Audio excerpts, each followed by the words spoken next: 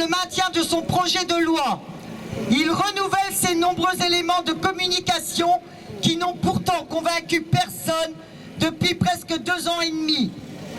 Ainsi, le Premier ministre parle d'un projet juste et simple, alors que tout le monde s'accorde sur la complexité à comprendre ce projet.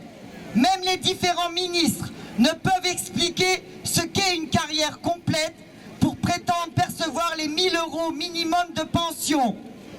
Les annonces de mesures d'exception par profession à l'application du système universel se multiplient.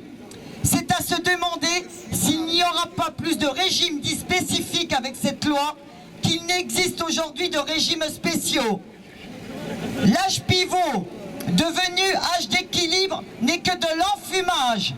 En effet, les réformes successives ont déjà détricoté le système actuel, avec notamment la réforme Touraine.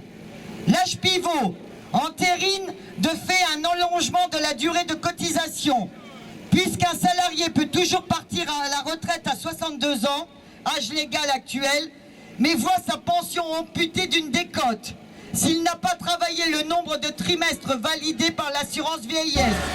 Sortons de ce faux débat.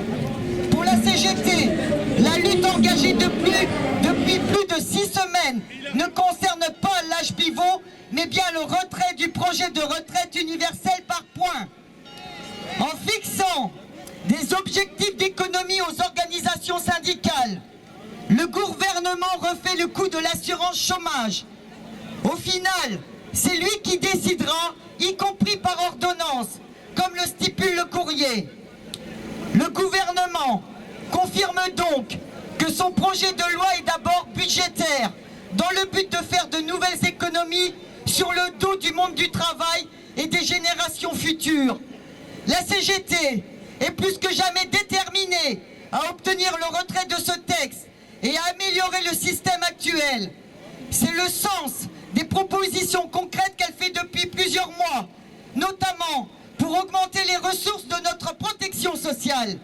Mes camarades, nous vivons un moment historique où chacun a son rôle à jouer pour construire notre projet de société.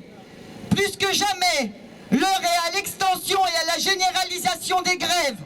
C'est maintenant que nous devons, à notre tour, écrire une page dans notre histoire sociale pour exiger le retrait du projet Macron, pour refuser le régime universel par points et surtout pour la mise en place du véritable projet social de la CGT. Ayons conscience que la retraite par points